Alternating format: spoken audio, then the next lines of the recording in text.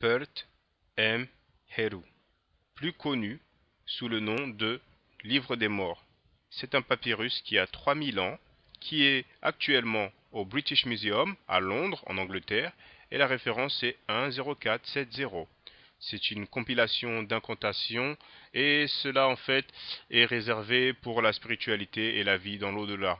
Donc à chaque fois que je cite le livre, c'est l'édition dont je parle. Il faut comprendre qu'il y a d'autres versions plus anciennes.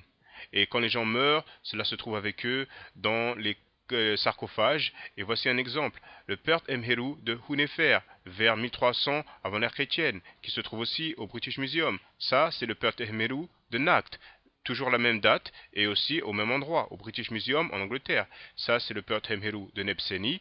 La date, c'est environ 1400 avant l'ère chrétienne, toujours au même endroit à Londres.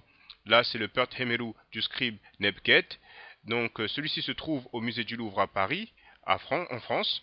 Et ces textes, en fait, sont dérivent de textes plus anciens encore qui s'appellent les textes des pyramides, des sarcophages, pardon. Et donc là, un exemple de Goua, vers 1800 avant l'ère chrétienne. Vous avez la référence en dessous. Ça vient d'Égypte, mais ça se trouve au British Museum à Londres, en Angleterre. Et les textes dérivent de textes encore plus anciens qui s'appellent les textes des pyramides. Et là, c'est un exemple, texte des pyramides du roi Ounas, vers 2300 avant l'ère chrétienne.